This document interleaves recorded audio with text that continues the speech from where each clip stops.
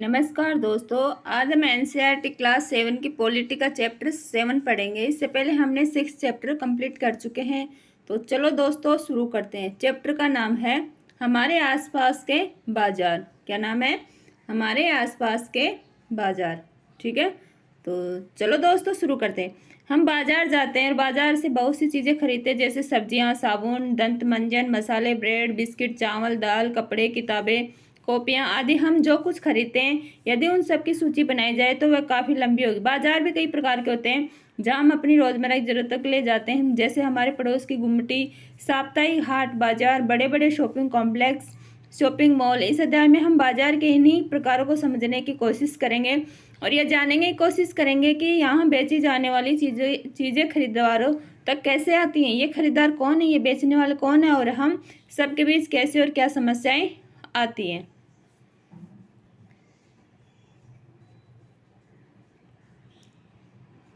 साप्ताहिक बाजार। क्या? साप्ताहिक बाजार। साप्ताहिक बाजार का यह नाम ही इसलिए पड़ा है क्योंकि यह सप्ताह के किसी निश्चित दिन लगता है। इस साप्ताहिक बाजार में रोज खुलने वाली पक्की दुकानें नहीं होती। व्यापारी दिन में दुकान लगाते हैं और शाम होने पर उन्हें समेट लेते हैं। अगले दिन वे अपनी दुकानें किसी और जगह पर लगाते हैं। देश भर में ऐसे हजारों बाजार लगते हैं। लोग इनमें अपनी रोजमर्रा की जरूरतों की चीजें खरीदने आते हैं। साप्ताहिक बाजारों में बहुत सी चीज़ें सस्ते दामों पर मिल जाती हैं। ऐसा इसलिए कि जो पक्की दुकानें होती हैं उन्हें अपनी दुकानों के कई तरह के खर्चे जोड़ने होते हैं। उन्हें दुकानों का किराया, बिजली का बिल, सरकारी शुल्क आदि देना पड़ता है। इन दुकानों पर काम करने वाले कर्मचारियों की तनख्वाह भी इन्हीं खर्चों में जोड़नी होती है। साप्ताहिक बाजारों में बेची जाने वाली चीज़ों को दुकानदार अपने घरों में ही जमा करके रखते हैं। इन दुकानदारों के घर के लोग अक्सर इनकी सहायता करते हैं, जिससे इन्हें अलग से कर्मचारी नहीं रखने पड़ते। साप्ताहिक बाजार में एक ही तरह के सामानों के लिए कई दुकानें होती हैं, जिससे उनमें आपस में प्रतियोगिता भी होती है। यदि एक दुकानदार किसी वस्तु के लिए अधिक कीमत मांगता है तो लोगों के पास ये विकल्प होता है कि वे अगली दुकानों पर वही सामान देख ले, जहां संभव है कि वह वही वस्तु कम कीमत में मिल जाए। ऐसी स्थितियों में खरीदारों के पास यह अवसर भी होता है कि वे मोल तोल करके भाव कम करवा सकें। साप्ताहिक बाजारों का एक फायदा यह भी होता है कि जरूरत का सभी सामान एक ही जगह पर मिल जाता है। सब्जियों, कपड़ों, किराना सामान से लेकर बर्तन तक सभी चीज़ें यहाँ उपलब्ध होती हैं। अलग अलग तरह के सामान के लिए अलग अलग क्षेत्रों में जाने की जरूरत भी नहीं होती। लोग अक्सर उन बाजारों में जाना पसंद करते हैं जहाँ सामान के विविध विकल्प उपलब्ध हों। समीर रेडीमेड वस्तुओं का एक व्यापारी। समीर साप्ताहिक बाजार का एक छोटा व्यापारी है। वह शहर के एक बड़े व्यवसायी से कपड़े खरीदता है और सप्ताह भर में 6 अलग अलग जगहों के साप्ताहिक बाजार में कपड़ों को बेचता है। समीर और दूसरे कपड़ा व्यापारी इकट्ठे होते जाते हैं। इसके लिए वे किराए की मिनी वैन ले लेते हैं। उसके ग्राहक सामान्यतः आसपास के ग्रामीण होते हैं। दीपावली, पोंगल या ऐसे त्योहारों के मौकों पर वह अच्छा व्यवसाय कर लेता है। मोहल्ले की दुकानें। हमने देखा कि साप्ताहिक बाजार हमें कई तरह का सामान उपलब्ध करवाते हैं। बहरहाल हम अन्य तरह के बाजार से भी सामान खरीदते हैं। ऐसी बहुत सी दुकानें हमारे मोहल्ले में भी होती हैं जो हमें कई तरह की सेवाएं, सामान उपलब्ध करवाती हैं। हम पास की डेयरी से दूध, किराना व्यापारी से तेल, मसाले, अन्य खाद्य पदार्थ तथा स्टेशनरी के व्यापारी से कागज, कलम या फिर दवाइयों की दुकान से दवाई भी खरीद सकते हैं। इस तरह की दुकानें अक्सर पक्की और स्थायी होती हैं, जबकि सड़क के किनारे फुटपाथ पर सब्जियों के कुछ छोटे दुकानदार, फल विक्रेता और कुछ गाड़ी मैकेनिक आदि भी दिखाई देते हैं।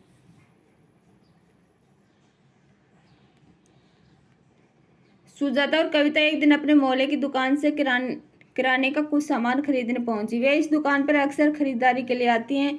आज यहाँ भीड़ थी। दुकान मालकिन 2 सहायकों की मदद से दुकान का काम संभाल रही थी। जब सुजाता और कविता दुकान के अंदर पहुंची तो सुजाता ने दुकान मालकिन को जरूरत के सामान की सूची बोलकर लिखवा दी। वे इनकी सूची के अनुसार सामान तोलने और पैक करवाने के लिए अपने कर्मचारियों को निर्देश देने लगी। इस बीच कविता चारों तरफ नजर दौड़ा रही थी।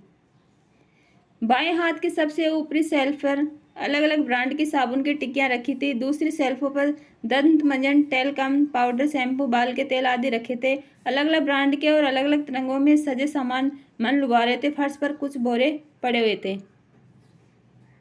सारा सामान तोड़ने और बांधने में करीब 20 मिनट लग गए।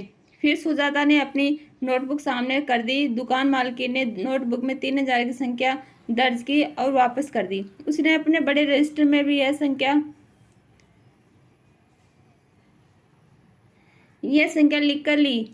लिख कर रख ली। अब सुजाता अपने भारी थैले लेकर बाहर निकली। अगले महीने के पहले हफ्ते में घर से दुकान का हिसाब चुका दिया जाएगा।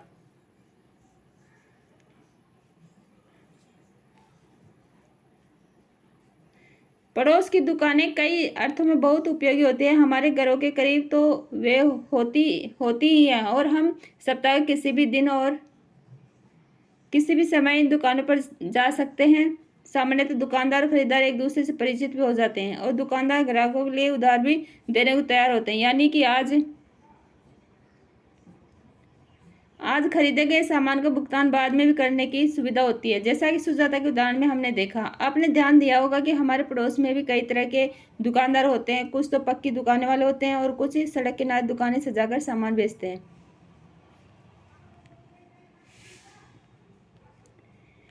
अंजल मॉल एक 5 मंजिला शॉपिंग कॉम्प्लेक्स है।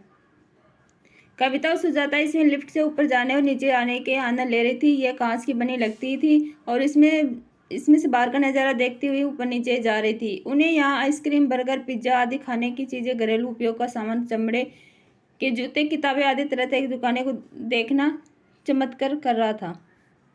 मॉल के तीसरे तल पर घूमते हुए वे दोनों एक ब्रांडेड रेडीमेड कपड़ों की दुकान में पहुंच गए। सुरक्षा कर्मचारी ने उन्हें इस तरह देखा कि वह उन्हें रोक देना चाहता हो, परंतु उसने कुछ कहा नहीं। उन्होंने कुछ कपड़े और उन पर लगी कीमत की पर्चियां देखी। एक भी कपड़ा 3000 से कम नहीं था। यह कीमत साप्ताहिक बाजार के कपड़ों की तुलना में लगभग 5 गुना अधिक था। सुजाता कविता से फुसफुसा रही थी, बोली, मैं तुम्हें एक दूसरी दुकान पर ले चलूंगी जहाँ अच्छी किस्म का कपड़ा ज़्यादा ठीक दामों पर मिल जाएगा। शॉपिंग कॉम्प्लेक्स और मॉल। इस प्रकार अभी हमने 2 प्रकार के बाजार देखे, साप्ताहिक बाजार और दूसरा पड़ोस की दुकानों का बाजार। शहरों में कुछ अन्य प्रकार के बाजार भी होते हैं जहाँ एक साथ कई तरह की दुकानें होती हैं। इन्हें लोग शॉपिंग कॉम्प्लेक्स के नाम से जानते हैं। अब तो कुछ शहरी इलाकों में आपको बहुमंजिला वातानुकूलित दुकानें देखने को मिलेंगी, जिनकी अलग अलग मंजिलों पर अलग अलग तरह की वस्तुएं मिलती हैं। इन्हें मॉल कहा जाता है। इन शहरी दुकानों में आपको बड़ी बड़ी कंपनियों का ब्रांडेड सामान मिलता है और कुछ बिना ब्रांड का सामान मिलता है। विज्ञापन वाले अध्याय में आपने पढ़ा था कि ब्रांडेड सामान जिसे कंपनियां बड़े बड़े विज्ञापन देकर क्वालिटी के दावे करके बेचती है, महंगा होता है। कंपनियां अपने ब्रांडेड उत्पादों बड़ी शहरी बाजारों अपने विशेष शोरूम में बेचने के लिए रखती है। बिना ब्रांड के उत्पादों की तुलना में इस ब्रांडेड सामान की कीमत का बोझ केवल कुछ लोग ही उठा पाते हैं। बाजारों की श्रृंखला। पहले हिस्से में आपने विभिन्न तरह के बाजारों के बारे में पढ़ा जहां हम सामान खरीदने जाते हैं। क्या आप सोच सकते हैं कि ये सभी दुकानदार अपनी दुकानों के लिए सामान कहां से लेकर आते हैं? सामानों का उत्पादन कारखानों, खेतों और घरों में होता है, लेकिन हम कारखानों, खेतों से सीधे सामान नहीं खरीदते। चीज़ों का उत्पादन करने वाले भी हमें कम मात्रा में, जैसे 1 किलो सब्जी या 1 प्लास्टिक कप आदि बेचने में रुचि नहीं रखेंगे। वे लोग जो वस्तु के उत्पादक और वस्तु के उपभोक्ता के बीच में होते हैं उन्हें व्यापारी कहा जाता है। पहले थोक व्यापारी बड़ी मात्रा या संख्या में सामान खरीद लेता है, जैसे सब्जियों का थोक व्यापारी कुछ किलो सब्जी नहीं खरीदता, बल्कि वह बड़ी मात्रा में 25 से 100 किलो तक सब्जियां खरीद लेता है। उन्हें वह दूसरे व्यापारी को बेचता है। यहाँ खरीदने वाले और बेचने वाले दोनों व्यापारी होते हैं। व्यापारियों की लंबी श्रृंखला के वह अंतिम व्यापारी जो अंत वस्तुएं उपभोक्ता को बेचता है, खुदरा या फुटकर व्यापारी कहलाता है। यह वही दुकानदार होता है जो आपको पड़ोस की दुकानें, साप्ताहिक बाजार या फिर शॉपिंग कॉम्प्लेक्स में सामान बेचता मिलता है। हमें इसे यहाँ दिए गए उदाहरणों में समझेंगे। हर शहर में थोक बाजार का क्षेत्र होता है। यहाँ वस्तुएं पहले पहुँचती हैं और यहीं से वे अन्य व्यापारियों तक पहुँचते हैं। सड़क किनारे की दुकानों का छोटा व्यापार, जिसके बारे में आपने पहले पढ़ा था, बड़ी संख्या में प्लास्टिक का सामान शहर के थोक व्यापारी से खरीदता है।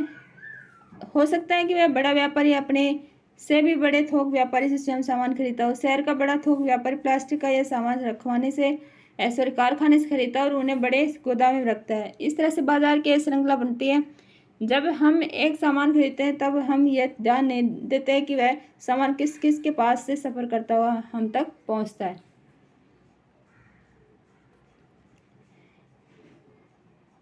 आफताब शहर में सब्जियों का थोक व्यापारी। आफताब उन थोक व्यापारियों में से एक है जो बहुत बड़ी मात्रा में खरीदारी करते हैं। उसका व्यवसाय सुबह लगभग 3 बजे से आरंभ होता है। इसी समय सब्जियां बाजार में पहुंचती हैं। यही समय है जब सब्जी बाजार या सब्जी मंडी में गतिविधियां तेज हो रही होती हैं। आसपास और दूर दराज के खेतों से ट्रकों, मेटाडोर, ट्रैक्टर की ट्रॉलियों में सब्जियां यहाँ आने लगते हैं। जल्द ही नीलामी की प्रक्रिया आरंभ हो जाती है। आफताब भी इसी नीलामी में शामिल होता है।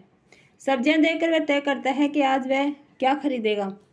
उदाहरण के लिए वह आज 5 क्विंटल फूल गोभी और 10 क्विंटल प्याज खरीदता है। शहर में उसकी एक दुकान गोदाम है जहाँ वह सब्जियों को रखता है और बेचता है। यहाँ वह फुटकर व्यापारियों को सब्जियां बेचता है। सुबह 6 बजे के आसपास वहाँ आने लगते हैं। यहाँ से दिन भर के लिए खरीदारी करने के बाद वे छोटे व्यापारी लगभग 10 बजे के आसपास अपने क्षेत्र में अपनी दुकानें खोल लेते हैं। हर जगह बाजार। हमने देखा कि अलग अलग जगहों पर तरह तरह के बाजार हैं जहाँ तरह तरह की वस्तुएं खरीदे बेची जाती हैं। ये बाजार अपने अपनी जगहों समय पर अपनी तरह से काम करते हैं। कई बार तो वह यह भी आवश्यक नहीं होता है कि आप सामान खरीदने के लिए बाजार जाएं। अब तो तरह तरह के सामान के लिए फ़ोन या इंटरनेट पर भी ऑर्डर दिए जाते हैं और सामान आपके घर तक पहुँचा दिया जाता है।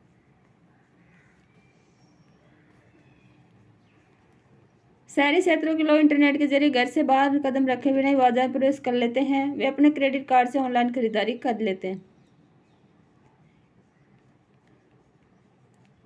पहुंचा दिया जाता है। आपने देखा होगा कि नर्सिंग होम, डॉक्टर के क्लिनिक ने भी कुछ कंपनियों के प्रतिनिधि अपना सामान बेचने का कार्य कर रहे होते हैं। इस तरह हम देखते हैं कि बेचना खरीदना कई तरीकों से चलता रहता है। यह जरूरी नहीं है कि वह केवल बाजार की दुकानों से ही होता हो।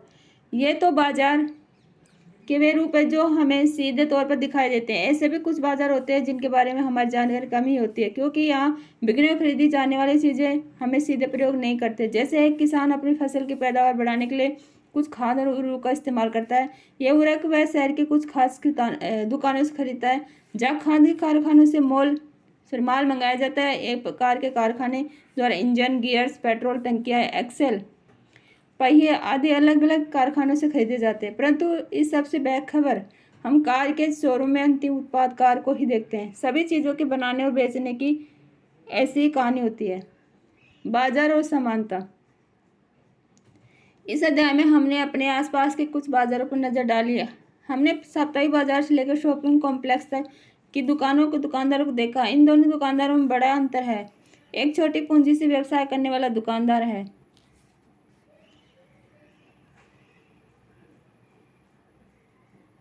जबकि दूसरा अपनी दुकान के लिए बड़ी पूंजी खर्च कर सकता है। इनकी आमदनी भी अलग अलग होती है। साप्ताहिक बाजार का छोटा दुकानदार शॉपिंग कॉम्प्लेक्स के व्यापारी की तुलना में बहुत कम लाभ कमा पाता है। इसी तरह खरीदारों की भी अलग अलग स्थितियां हैं। ऐसे बहुत से लोग हैं जो सबसे सस्ता मिलने वाला सामान भी खरीद पाने की स्थिति में नहीं है, जबकि दूसरी ओर लोग मॉलों में महंगी खरीदारी करने में व्यस्त रहते हैं। इस तरह कुछ हद तक अन्य कारणों के अलावा हमारी आर्थिक स्थिति यह तय करती है कि हम किन बाजारों में खरीदार या दुकानदार हो सकते हैं। हमने सामान के उत्पादन से लेकर हम तक पहुंचने से बनने वाली दुकानों की श्रृंखला को समझा। इस श्रृंखला से ही यह संभव होता है कि एक जगह उत्पादित होने वाला सामान लोगों के लिए हर जगह उपलब्ध हो जाए। वस्तुओं के बिकने से वस्तु का उत्पादन सीधे जुड़ा होता है। बनी हुई चीज़ों के बिकने से ही लोगों को रोजगार मिलता है और उत्पादन भी बढ़ाया जाता है। परंतु क्या इससे श्रृंखला के प्रत्येक स्तर पर लाभ के समान अवसर मिलते हैं? आगे कमीज की कहानी अध्याय में हम इस सवाल को समझने का प्रयास करेंगे। सतत विकास लक्ष्य 12, जिम्मेदारी से उपभोग और उत्पादन।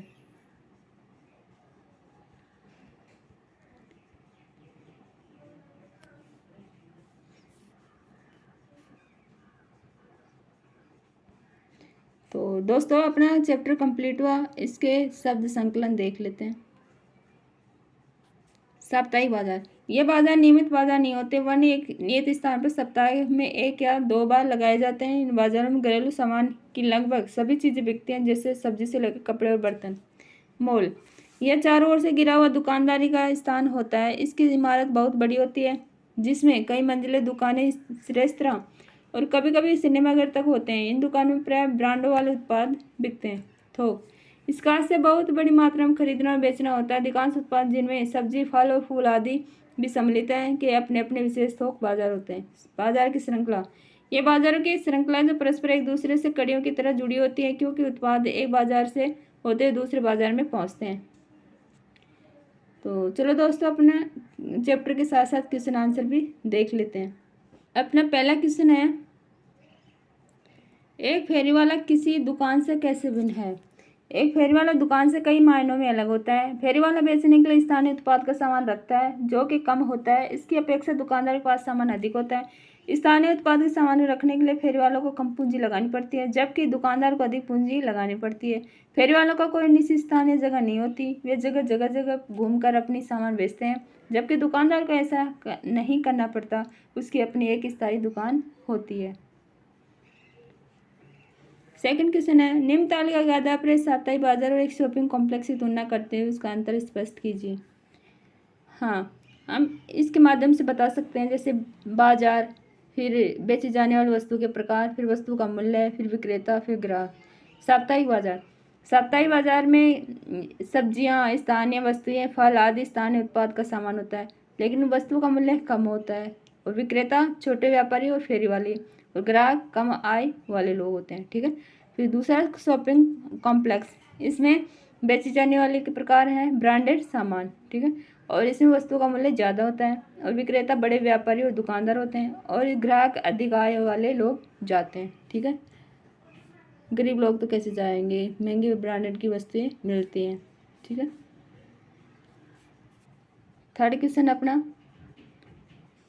स्पष्ट कीजिए कि बाजार की श्रृंखला कैसे बनती है, इससे किन उद्देश्यों की पूर्ति होती है। एक उत्पादक वस्तु का उत्पादन करता है। ये वस्तुएं थोक व्यापारियों वितरकों को बेची जाती हैं। कई बड़ी कंपनियां अपने सामान को सीधे थोक व्यापारियों को न देकर वितरकों के माध्यम से उन्हें देती हैं। थोक व्यापारी उस सामान को खुदरा फुटकर व्यापारियों को बेचते हैं। फुटकर व्यापारियों से वह सामान ग्राहकों तक खरीदा जाता है। उत्पादक से ग्राहक तक की श्रृंखला को बाजार कहा जाता है। ठीक है। नेक्स्ट है अपना फोर्थ क्वेश्चन, सब लोगों को बाजार में किसी भी दुकान पर जाने का समान अधिकार है। क्या आपके विचार से महंगे उत्पादक दुकान के बारे में यह बात सत्य है। उदाहरण देकर स्पष्ट कीजिए। सभी लोगों को बाजार में किसी भी दुकान पर जाने का समान अधिकार है। यह बात महंगे उत्पादों की दुकानों के बारे में सही है कि वहां पर भी सभी को जाने का समान हक है, लेकिन महंगा सामान सिर्फ अधिक आय वाले लोग ही खरीद सकते हैं। कम या निम्न आय वाले लोग उन दुकानों से सामान नहीं खरीद सकते। कम आय वाले लोग सिर्फ स्थानीय बाजार, फुटकर विक्रेता आदि से ही सामान खरीद पाते हैं। उदाहरण के लिए, अधिक आय वाले लोग शॉपिंग मॉल से ब्रांडेड सामान खरीदते हैं, जबकि निम्न आय वाले लोग वह सामान नहीं खरीद सकते, उसे खरीदने में असमर्थ होते हैं। नेक्स्ट क्वेश्चन अपना फिफ्थ क्वेश्चन, बाजार में जाए बिना भी खरीदना बेचना हो सकता है। उदाहरण देकर इस कथन की व्याख्या कीजिए। हाँ, ये सत्य है, क्योंकि आधुनिक समय में बाजार में जाए बिना भी सामान को खरीदना बेचना संभव है। संचार साधनों की मदद से ये आसानी से किया जा सकता है। जैसे किसी व्यक्ति को अपने घर के लिए कुछ सामान की ज़रूरत है, तो वह पास के किसी भी डिपार्टमेंटल स्टोर पर फ़ोन करके अथवा मैसेज के द्वारा अपनी आवश्यकता की चीज़ों की सूची दे सकता है।